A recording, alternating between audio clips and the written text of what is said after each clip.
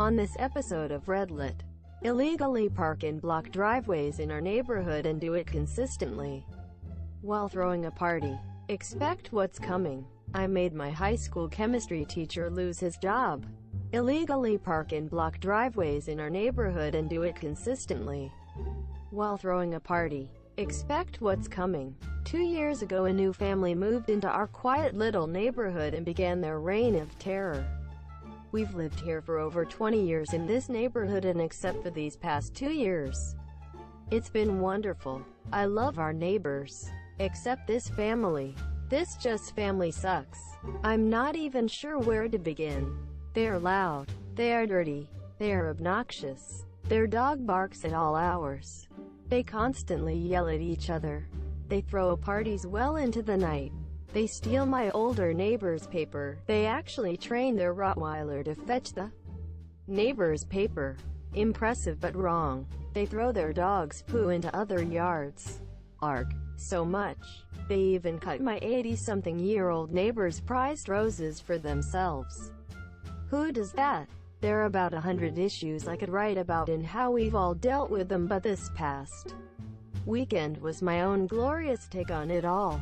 Oh, and yes, we tried talking to them. We tried inviting them over. We've done nice things for them. And all we've expected is that they act like decent neighbors. That's never happened. In our neighborhood, parking is scarce. Most of these homes are classic 1950s with single-lane driveways, and parking is limited even on the streets. There's a busy road a few blocks away that has a great nightlife and popular restaurants, which means that at times, especially on the weekends, the street can fill up. This family has 4 drivers and 5 vehicles with only enough space for 2 in their driveway at a time. Constantly they would park and leave their vehicles for days, and sometimes weeks, in front of others' homes, sometimes leaving their driveway empty for no reason with all of their cars parked on the road. I kind of believe that, in itself, isn't that big of a deal except for how and when they would do it. They were intentional about it all, would do so to try to and cause the most grief with everyone. And this went on for months. A complete fuck you to everyone. After months of this, and no one retaliating or giving them the satisfaction of how pissed we all are, they started parking deliberately in ways to make it difficult to get out of our driveways. I had to have my husband come out most mornings to guide me so I wouldn't hit their car as I backed out of my own driveway. There were also times where they squeezed my neighbor's car on the street to where they couldn't get out. Finally, an older retired neighbor goes down to city police station and inquires about what to do. They found a code or law stating that so much space from the sides of driveways and yada yada yada is required.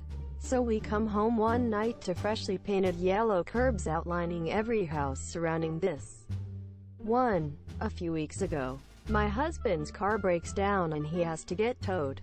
On his way back, he starts talking with the tow truck driver about these asshole neighbors and their cars. He tells my husband that if these cars are parking illegally, we should call the non-emergency line, and if they receive a ticket, to call him and he can tow them at owner's expense. It's the law. My husband and him keep talking and even meet up for a beer a few nights later. They are big fans of the Blazers. Rip City. He's a real good guy. About a month ago, we met a couple in our fair city, and it just so happens that the husband is an officer. We were already planning on meeting that Friday night, and when we met, I brought the asshole neighbors in their parking. He says that he'll drive through on his shift if he gets time, and if he sees them parked in the yellow, he has no problem ticketing Themis. You're great. He also gets some of his friends to check it out when they have time too. Fantastic. We've been calling almost daily at this point about their cars parked illegally, but nothing was happening. That Saturday night, he sends me a text saying he ticketed 3 cars. I missed that text, so no tow truck, but I kind of figured with the 3 tickets they'd get the idea. They didn't. Off and on all week it was the same. This past Saturday, the teenage son throws a party and everyone I mean every single one of their guests in them, parked in the yellow of someone's driveway or blocked someone out altogether. Obviously the little shit told all of his friends to block our driveways or block our cars in. I sent a text to our officer friend who told me to call the non-emergency line and he'd be the one to look into it. But I'm scheming bigger. I call up the tow truck driver and tell him that there are at least 15 cars parked illegally, and all are about to receive parking tickets for blocking driveways and cars. I let him know we are friends with an officer and he and I scheme a little further. We get a solid plan. I call our officer friend back and tell him our plan, and I also mention that the party is likely going to be filled with underage drinkers. Now, I hate busting parties, but I make exceptions for little shits and especially little underage drinking and driving shits. He and I finalize the plan. Asterisk, here's how it all went down. Asterisk, officer and 3 of his partners go through the neighborhood, citing all of the cars. Meanwhile, our tow truck driver friend has assembled a group of drivers in the nearby grocery store parking lot. My husband and I make an anonymous call about a possible underage party. The tow truck drivers start at the ends of our street, grabbing the cars as quickly as possible. A few alarms here and there, but no way could they hear it in the party. When they approach the house, my husband makes an anonymous call about an underage party in our neighborhood. Conveniently, our officer friend just so happens to still be in the neighborhood, so he and his partner go over to the house to check on it. As they knock on the door, lights go out, music shuts off, and the house goes quiet. At this moment, the tow trucks come in and are now towing the remaining 5 cars right from in front of their home. I just wish I could see the kids' faces inside as they are all having a dilemma about what to do. Do they go out and bust themselves for underage drinking and try to stop their cars from being towed? Or do they just sit and bite the bullet and watch $250 plus go down the drain? On Sunday they had 3 cars return from being towed, and all 3 are parked just shy of the yellow lines. I'll call this a win. My husband and a couple of neighbors also spent Sunday putting up some new cameras.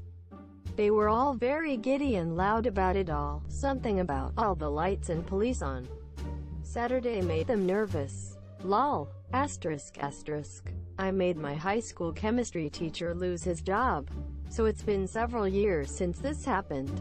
So I finally feel okay telling this story via throwaway. I went to a ghetto high school in a poor community, but my parents raised me to work my ass off so I could get out of there. My parents never went to college, but because of this, myself and my siblings have all gone to good schools out of state. I maintained a 4.0 until the year in question in high school, taking 5 advanced courses a year, out of 6 total, with the last 6th not offering an honors alternative. I learned to get very little sleep because of the amount of work these courses required, and because my school didn't have tutoring aids or anything of the like. Didn't understand something? Tough shit. Get to Googling. So in one of my upperclassmen years, I signed up for an advanced chemistry course. I knew it would be hard, but assumed like the rest of my courses that if the class was minimally structured and Google came through per usual, I would be fine. Other students warned me not to take the course, but since I wanted to go to college for chemistry, I knew I had to go through with it. The teacher was horrible. He was old, which is fine, and didn't offer after-class support, which was normal, but also didn't even offer in-class support. His answer to even basic questions was, "You should understand that. Talk to me about it later." But later never came. He didn't offer lunch hours, didn't offer after-school hours, and in class would just put up the answers, which were already available online and in the back of the book. My family didn't have fancy tutor money, and none were readily available in my community anyways. I studied my ass off, but when the first test came back I had a D, with no notes to even understand what I had done wrong. When I went to speak with him about it right after class ended, missing part of my next course in the process. He simply told me to look more closely at the textbook for help, and that he didn't have time for me. He was 2 weeks behind the explanations that he did give, because he was constantly distracted. All of this is bad, but didn't deserve him being fired yet. What did was when he got dangerous. In an experiment working with hydrochloric acid, a plug held the concentrated stuff in a tube with some magnesium and reacted to form hydrogen bubbles. Well, one of the other students in my group didn't plug the thing properly, and the plug fell out, with the Mg being stuck in the tube, now without the HCl. So I asked him how to get the tube back, expecting him to tell us to discard the HCl solution, rinse with water, and start over. I'd read the safety section in my textbook, which had this approach to working with acids. His response? He insisted that I stick my ungloved hand in the solution and just grab the plug, and then still in the solution plug it back in. He wouldn't even put his own hand in to do it. So my high school self thought this was an inherently bad idea. I took some more Mg from the workbench and kept adding it to the solution until it stopped reacting, eating up all the HCl to just leave water. And it kept getting worse. One day he brought what he claimed were illegal fireworks into the classroom and started setting them off. He thought it was funny to point them at us, wearing no safety equipment or goggles, and hoodies that could have easily caught the fiery things. He frequently would leave the room while a group of high school kids were playing with Bunsen burners and caustic chemicals. So in combination with the total lack of education I was getting, I didn't feel safe. Did I mention he was sexist too?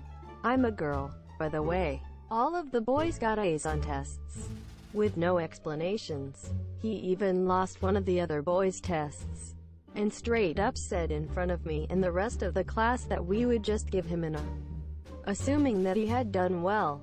Later on I had asked the other student for help understanding something, and even he didn't know what was going on in the course. So I knew it was just bullshit. Every other girl I asked was getting the same inexplicable grades as I was.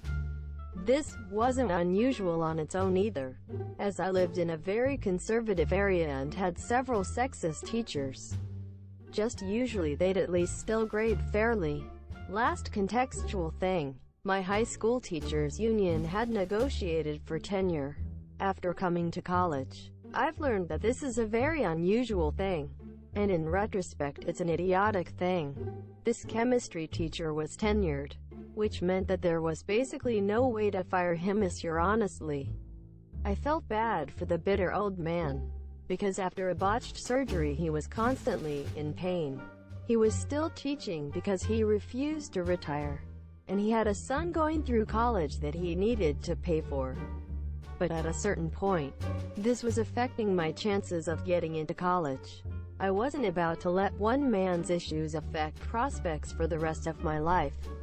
So I looked up recording laws for my state, and found that it was a one-party consent state, meaning that I could legally record my teacher audio ally as long as the campus didn't say anything against it.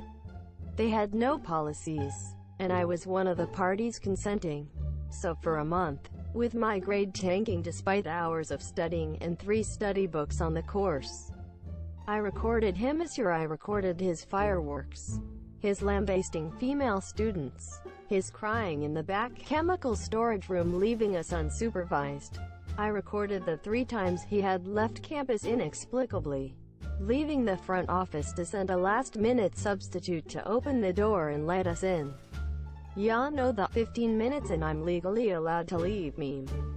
That was a constant joke for my class.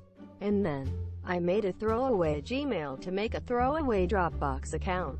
Big at the time.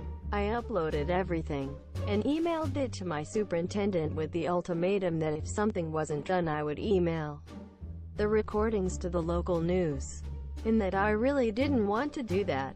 Within a day I heard back, with her assuring me that I wouldn't be punished for ratting him out. My parents, her, and myself met. We went over my grades, my unmarked tests and homework, and the videos. They asked me first to talk over my concerns with the teacher, and I said I was uncomfortable with that given his treatment of female students. The superintendent said she wouldn't tell the teacher who had submitted the evidence, but that they needed to speak with him about the concerns to hear his side of the story. My parents and I said that was completely reasonable, as long as my name was never mentioned. The next day, the teacher said he needed to speak with me after class alone. I told him I couldn't as I had another course after that, and he said that it was important. I turned my phone's recorder again right before the class ended, and as I was packing up he approached me. Due to the shape of the classroom, I was literally backed into a corner, and would have had to push this man to the side to get out. He then started saying that one of the students in the course had brought unfounded concerns and lies to the administration about what was going on in the course, and that he knew we hadn't always gotten along well, but that he hoped I wouldn't have done that to him. I lied through my teeth and said that I didn't know what he was talking about, that he was making me uncomfortable by blocking my access to the door, and that I was late for my next class. He didn't even deny what I was saying, just said that since I clearly had a problem with him, he'd be willing to stay after class to help me specifically, since it seemed like I was struggling so much.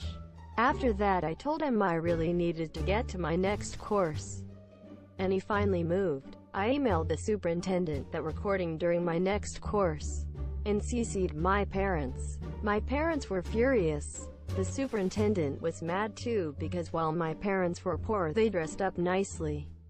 My mom was an expert in bluffing about getting a lawyer that we totally couldn't afford. So a liability lawsuit was probably ringing through the lady's mind. Since the district couldn't fire him, he was put on immediate permanent medical leave. While the district was still paying his full pay, they gave us one unqualified substitute after another. 2 months before the national exam for the course, they gave us a female teacher that they had pulled out of retirement, but that had actually taught the advanced chemistry course for years. She was a godsend, and even held 8-hour Saturday classes so that we could catch up with the curriculum at least enough to pass the class. In those 2 months, we covered just enough of the test's material that our class had a 50% pass rate. According to my upperclassmen friends, this was a lot higher than it had been for their years, with less than 10% of the class passing. The superintendent also wrote me a thank you college recommendation letter, partially to keep me quiet and partially because they had been trying to get rid of this guy for years. My little sister took this course a couple of years after me, and said that the new teacher was competent, and they were still at that 50% pass rate. Also, mods, if you don't believe me, I can send you proof.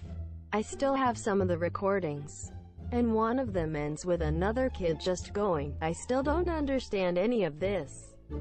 TL. Doctor, I got my dangerous, sexist high school chemistry teacher semi-fired by secretly recording him as I'm finishing up at a good college now, so I've got absolutely no regrets.